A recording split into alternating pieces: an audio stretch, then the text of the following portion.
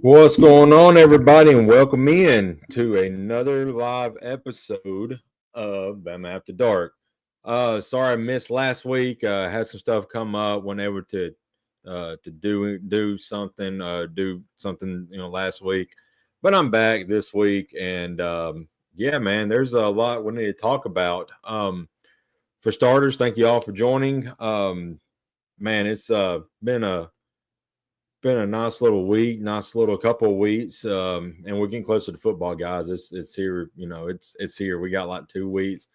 I think not this weekend, but next weekend we have week 0 games, and then week 1 will be upon us. So just a few more weeks, guys, and yeah, we'll get there together. But thank you all for joining in. Um, yeah, if y'all got any questions or comments, go ahead and say them in the chat, and I'll get to them. But want to focus on right now is the news that came out last evening, a little bit last night. Justin, roll damn tide, Jake. It won't be long now. Justin, good to have you here, buddy, and thank you for the support as always. Even on our Mine and Stacy show, Tide Talk, appreciate the support. But yeah, Ty Simpson has been named QB1, and honestly, I don't really see this as a big surprise. I really felt like uh, the experience that Ty brings to the table would push him to the being named the starter. And you kind of saw with the scrimmage last weekend, and what Coach DeBoer had kind of leaked out and talked about was how the offense was like a well-oiled machine, moving the ball, scoring touchdowns, and that was in part because of the leadership I feel like for Ty, and it took a little bit for the defense to kind of get back on its feet and start slowing down the offense a little bit, but Ty brings he's a five-tool prospect,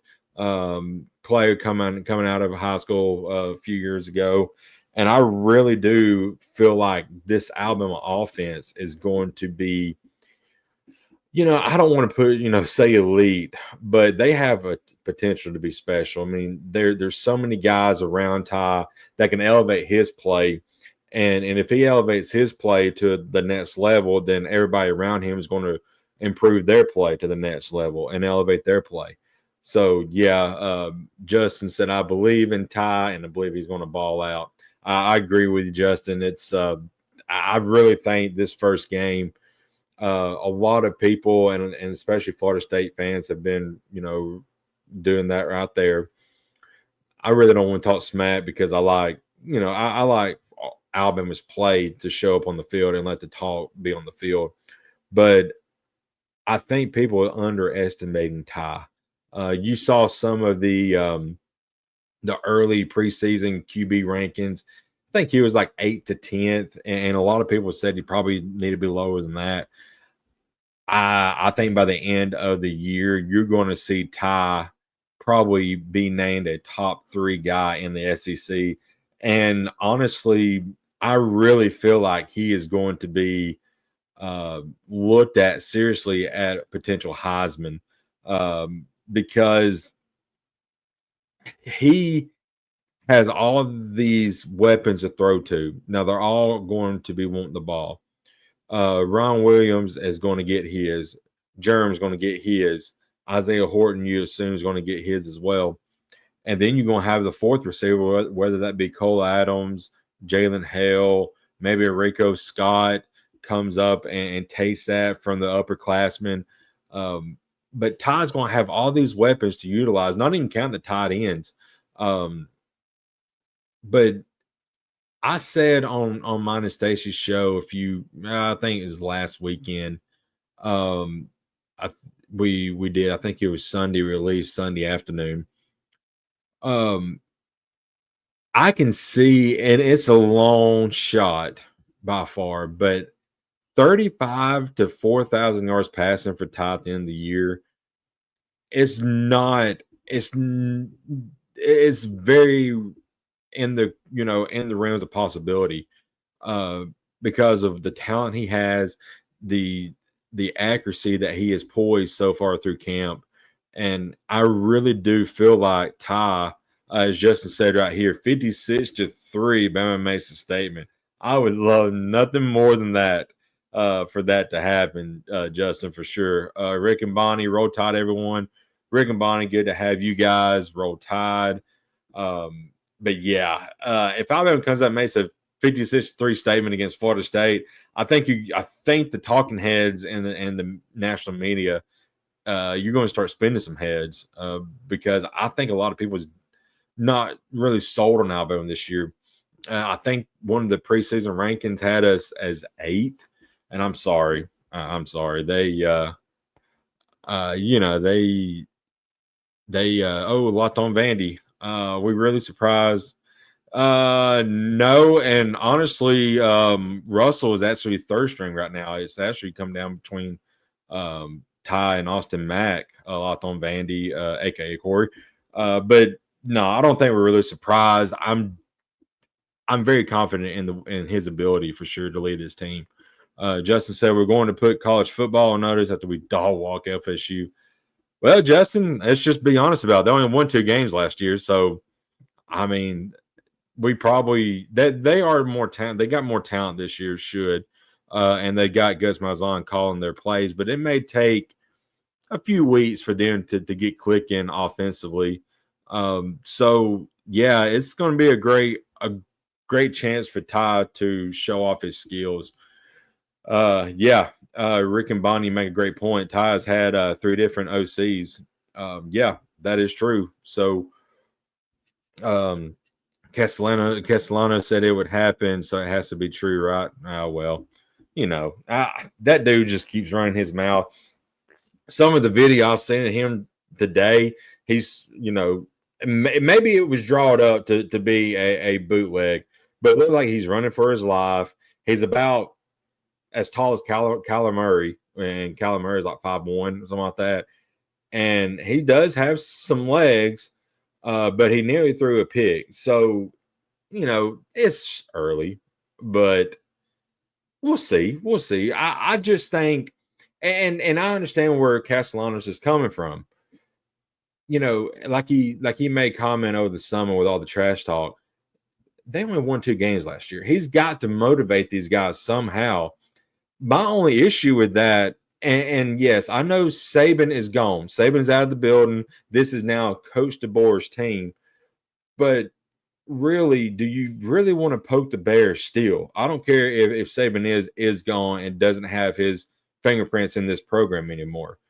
Alabama historically is an elite program, and you normally don't want to poke an elite program before you play them and give them any kind of bulletin board material. I mean, Castellanos is doing that, and Alabama's players just have not really, taught the talk or anything. They're not really running their mouths. They're just saying all disrespect will be taken care of on the field. I love that. You let your play do the talking, and that's how Coach DeBoer has instilled in this team, is just to be, go out there, play your game, and after 60 minutes, Alabama's going to have a W on the scoreboard, if you play your game right. Locked on Vandy, Jay, killing it, brother. Thank you, Corey. Locked on Vandy, guys. I know I'm an Alabama show, but Corey does a great job. He's also on this this channel here, SEC After Dark, our YouTube channel. He's doing the Regular Guys podcast with Israel. Those guys, they're doing great there as well. So Israel was a former Georgia Bulldog, play wide receiver there. It's great to hear some of his insight on the game, and it's pretty cool to hear how much it's changed since he's played. So they're doing. You guys are killing it as well, Corey. Thank you for listening. But more little tidbits coming out of camp. Jam Miller looks like he's going to be running back 1, which I don't think that's any surprise at all. He's the one that's got the most experience, and I really think he's going to be pushed this year by several of the other guys. Daniel Hill is making a lot of noise at camp. So keep your eye on him. I love Jim Miller though, the way he plays. He can do a little bit of everything. He's got really good hands out of the backfield. He just gets north and south. He can run you over. He's just a mean bulldog like that. So I really feel like this year, if the offensive line as a whole stays healthy, Jim Miller will probably break that 1,000-yard mark rushing the ball this year. I just feel like Alabama hadn't had one since Najee in 2020. This seems like it's the best chance for that to happen since then. I will say since then because, we got a lot of talented bats coming up. A.K. Deere, Daniel Hill, Daniel Riley, even Richard Young still there. So there's guys in the future to have 1,000 yards rushing, but I feel like Jim Miller's going to get that point this year. Jim, thanks for having no big player bust offense this season. The board said Ty doesn't miss plays to keep chains moving. That right there is huge. Really a confidence booster. Really feel like what gave Ty the edge in camp. Especially early on, I heard him say multiple times, like you said, Jim, how he didn't have any bad plays, any plays that put you behind the sticks. And that really hampered Alabama's offense a ton last year. Now, is it, I'm not going to put it solely on Jalen Milroe because, there was issues everywhere. But Alabama for the last couple of years now have played a lot in games behind the sticks. You need a manager. I'm not going to call Ty a game manager. I hate using that word. I just want to be him. But you need somebody to manage and manage your offense and keep them moving, keep them in positive situations. Like 1st and 10, you have a run. I need this offense to at least get 3 to 4 yards. Set yourself up 3rd and 7, or 2nd and 7, 2nd and 6. Then, as long as you're 3rd and 3, 3rd and 4, when you're about 3rd and 4, 3rd and 3, you're going to, complete that, a very good portion of the time, probably, 90% of the time. So, Biscuits and SEC, good to have you guys. How close do you really think the competition was? Was it Simpson over Mac by a hair? I really think it was Simpson's all along. He has been the number one starter in camp. And, Mac, he is very talented. Curious to see what happens with him. I hate to say that he may portal out. I'm not sure. I don't know. I know he's close with the coaching staff. But I know these kids want to play, and the transfer portal has given these kids who miss out a starting opportunity to move on to another school to have the opportunity to play. So if he wants to do that, kudos to him. I'm fine with it. But I really felt like Ty had to lose that job. I really don't think anybody else was really going to put up much of a fight. I think they were more there to push Ty to be the best that he can be. And so far in camp, he has been the best that he can be, and hopefully that continues throughout the season. See, Justin said, yes, Jim, I hear he plays really smart. That's the thing, Justin. You need a quarterback to play smart. Jalen Milroe, a lot of times last year, didn't play smart. He tried to make too much of something that wasn't really there. Just throw the ball away, get to a 2nd down, and then get your offense lined up, run the next play. If there's something not there, I really feel like Ty won't force the issue. I think he's smart enough to know, hey, if I'm getting blitzed and I have no outlet, just throw the ball out of bounds near a receiver, an eligible receiver. Let's get on the next play, regroup, and let's move on. Biscuits and SEC said, I want Matt to win the job next year so I can make a return to the Matt graph. That's very interesting. Here's the issue. If Mac stays, Russell stays. Russell I mean, everything that we're hearing to him, I mean, he's going to be another elite player. So how do you convince him if Mac beats him out? How do you convince him to stay next year and tell him, okay, then your junior year, you're going to be starting? I mean, I wouldn't want that, that situation as a coaching staff. But I really do feel like this coach staff is going to play the best players. And right now, it's Ty Simpson by a long shot, I feel like, in the quarterback room. Remains to be seen if Russell actually pushes Mac for that slot number 2 for backup, or if it's going to be Austin Matz there. But more tidbits, a little bit about camp. Jaden Roberts is he's kind of banged up a little bit. He didn't practice or didn't play in the scrimmage. I don't think that's really long term. It's just a nagging injury. I think Coach DeBoer said he's going to be ready for week 1. How healthy? Hopefully he's 100%. Because I talked about a while ago, this offensive line had the chance to be special. And if this offensive line as a whole stays healthy, they're going to be road graders for the running backs, and they're going to be just stone pillars for Ty Simpson, and won't let anybody by, hopefully. Now, a few weeks ago, I had a bold prediction. I may have said it on here. I know I said it on mine and Stacey's show, Tide Talk Live. But I don't feel like Caden Proctor is going to give up a sack this year. That's a very bold prediction because, he's given up several in his career. He did a lot better last year. But I feel like this is going to be the best Caden Proctor Alabama fans have seen since his time in Alabama. So be on the lookout for that. I really feel like he's going to set the tone on the offensive line, be a leader that, because him, Parker and Jaden Roberts, they're all 3 leaders, and they're going to get that line shaped up.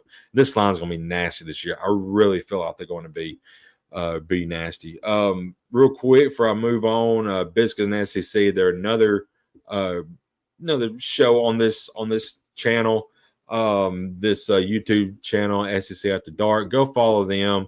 Bossman and Hammer, they do great work over there. Trying to get Hammer to bring back his Full Manchu again. That stash was absolutely amazing. If you don't know what I'm talking about, just real quick, look at that. Look at that. I mean, we need that flowing every Thursday night for here on out, and we need that. So whichever one you were, Hammer, Bossman, whichever one, Hammer, bring that back. Bossman, if you're still on, if it was you on here, tell Hammer to bring that back. We got to have that. Caden Proctor will come back for a senior year. That's a bold prediction because he's actually projected to be a top 10, at least a top 5 pick. And a lot of people saying there have been draft boards that have put him at number 1. So if he comes back for his senior year, then he will be no doubt be a number 1 pick for the year after. This year, he's projected to be a top 5 picks, at least top 10. So Justin, that's a very bold prediction. I would love that, honestly. But I just don't see it because if he has a great year, I mean, if he don't give up any sacks, he's going to be a top 5 choice for sure, and is going to move on. Every Aggie win, he needs a beard trim. Yes, absolutely. I agree with 100%, boss man. So let's hope that the Aggies have a good season. So that happens, just not too much. So he has to shave like his entire face. I know you guys are like an undefeated season, but if you're going by that, if you guys go undefeated, then the whole face will be shaven. So we don't want that. So, oh yeah, the Civil War beard guard look, beard just shade the chin. That would be awesome. I love that. Speaking of the Civil War look, I've been wanting to do the Ambrose Burnside, just this right here, and come down about right here and this everything else shave, but I cannot get my aunt who cuts my hair and shapes my beard up for me. She will not do it for me. So I need a stylist who will actually do that. I'd pay you $100 to do it. I don't care. I just think that look needs to be brought back because the Ambrose Burnside look is an awesome look. I love the beard guard look too. So yeah, bring back some of the Civil War looks. Those are fire. Yeah, that's the good stuff. Rick and Bonnie, some podcasters are dissing our special teams. Well, Rick and Bonnie, I'll say this about the kicker. I think we're good on kicker. He don't have a lot of experience, but I think he's going to be okay. Punter, I think we brought in a brand new punter, brand new long snapper. So they've got to get in sync with each other because when you have a whole new dynamic like that, it's going to take a while. Hopefully they can get it down pat.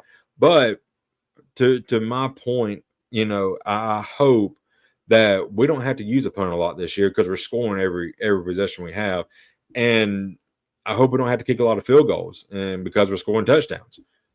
So that's my belief, and that's how I hope happens. But I know there's going to be times we're going to have to punt. There's going to be times you're going to kick a field goal. But I'm confident that the coaching staff is going to make sure that those guys are in position to be successful. Oh man, if Aggies make the playoffs, Sammy may go streaking like an old school. Whew.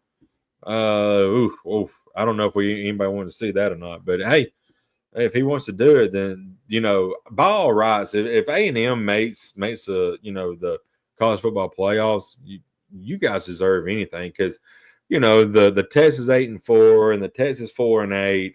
I'm sure you guys are tired of hearing that. I really feel like this A&M team can at least win 9 games this year. That 9th game probably be in the bowl game. Maybe might sneak up and get 10 if you win 9 in the regular season and win the bowl game. But yeah, I really think A&M is going to be a lot better this year. We'll blur it out. We'll blur it out so no one wants to see it. That's right. But I'm excited about the college football season as a whole. It's almost here. I'll say a little bit more out of camp, and it was mentioned a few and a little bit back here from Justin. James Smith is also a little bit banged up. He's going to be ready to go. Defensive line is set. Really, the only questions I really have left that needs to be answered coming out of camp is who's going to be that 4th wide receiver and who is going to fill in, on the depth chart. We know Kelby Collins is probably going to spell LT Overton. But who's some of the other guys? There's a QB Reese. He's been making a lot of noise, and he's a freshman linebacker. Maybe a freshman can come up and maybe have a big role this year on this team in a depth situation. So it remains to be seen. Another thing is Dejon Lee. I mean, this dude is a freak athlete. I don't see how you don't find somewhere to get him on the field to get him some experience right off the bat. So that's some of the questions I have. Few more minutes, guys. Let's talk about the SEC as a whole. Biscuits and SEC said all depends on Marcel Reed in the secondary. I guess that's the biggest 2 issues for you guys, but I really feel like Reed can make that next step. He has the ability for sure. And, coach, your coach, your daggum name just has escaped me. But Elko, Mike Elko, he's a brilliant mind on the defense. So I think you guys have made mention that he's actually going to be calling the plays this year. So that bodes well for Aggie fans this year because he's a really great mastermind on defense and getting the defense set up. I think we're ranked too low in the poll. What was it, like 8th? Rick, I can't remember exactly where it was at. There's been so many polls that's come out. There was one that come out today. I think the last 20, I can't remember. It's like last 10 years. overranked teams or something like that, and Alabama was like 15th. Auburn was number 2, overhyped maybe. Might have been overhyped teams. Auburn number 2. I agree with that. Auburn's always overhyped. They're garbage, and they're not going to be in the Bear this year. I will tell you right now, I don't care if there's any Auburn fans watching. I don't care. I'm not sold on Jackson Arnold, and you should not be either. I mean, I have told you, Stephen Willis, who is our great friend and the one that's put this whole thing together, is not sold on him. I don't think any in the Biscuit and SEC guys are not sold on him. Corey's not sold on him. Jeb's not sold on him. Nobody is sold on Jackson Arnold. I know he was a 5-star prospect coming out of school. I know he didn't have any receivers to throw to last year. He got benched halfway through the season. And then whenever his backup was worse than that, he left or he got put back on the field because they had another an option. There's a reason why, and I know you have to, as a coach, come out and make your fans feel like you try to keep him on the team. But their coach Venables come out and said that he tried to keep Jackson Arnold on the team, just for because they didn't really put him in a situation to win. They brought in John Mateer though, so that tells you kind of how they viewed Jackson Arnold, and I'm just not sold on him. And I mean, I'm sorry. And I know somebody may be in the chat and saying, well, he beat Alabama. He rushed for like 122 yards and like 2 or 3 touchdowns rushing. He had 68 total yards passing. In the SEC, no matter who you're playing, you're going to have to, on most Saturdays, you're going to have to pass the ball at least 150, 175 yards to have a chance. So I just don't know how he is going to be, throwing the ball. He's got talent. Cam Coleman, Eric Singleton, they've got talent on the outside, but can he connect with those guys? I don't know. It remains to be seen. But Auburn, they have a tough test, first week of the season. Friday night at Baylor. It's going to be loud. It's in Big 12 country. Big 12 is kind of being overlooked because of the ACC or the Big 10 SEC little thing about how the playoff needs to be constructed. They're going to be ready.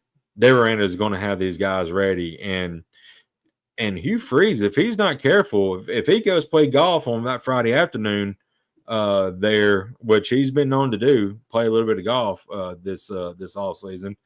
They're going to be in trouble. I'm telling you. So Auburn does not need to sleep on Baylor. And I really think Auburn being favored is bull, because I really think Baylor should be I'm going record. I think Baylor should be a touchdown favorite. I really feel like Baylor is that much more improved this year. And I'm not really sure how Jackson Arnold and this Auburn offense does against Dave Aranda's defense. I'm just telling you. So keep your eye on that. Yeah, we had a fun day, boys. Thank you all for joining. I just heard my wife get home a few minutes ago with the baby, so I'm supposed to go love on her for a little while. Hadn't seen her all day, been at work, so I know she'd be ready to see me as well. Be back here next Tuesday. More camp news probably. Hopefully, God forbid, any kind of injuries happen. Hope the ones for Roberts and Smith are just minor. Like I said, they'll be back in. And you'll start to see how the team shapes up next year. So we're really excited about that. Thank you all for joining Biscuits SEC. Excuse me. Rick and Bonnie, Justin, Jim, Locked on Vandy, guys. Thank you all from the bottom of my heart. I appreciate it. I'll be back this week, Thursday night. I'll be hanging out. Biscuits and SEC guys, Corey, Steve. Hopefully Jeb will be back this week. So y'all join us Thursday night, 8 o'clock Central. We'll talk some more sports, some more, camp news, I'm sure. And, of course, our favorite topic, off the rails. So y'all stay tuned for that. Thursday night, I'll be back next week. Biscuit, thank you, sir. Enjoy it. Listen to these guys tomorrow night live. I will be tuning in. Hopefully I get to comment a little bit. Rick and Bonnie, thank you all. Appreciate it, guys. Y'all have a great evening. This has been Bama After Dark. I'm Jake Thomas, your host, and we'll see you next week. Y'all have a great evening, and goodbye. And roll tide.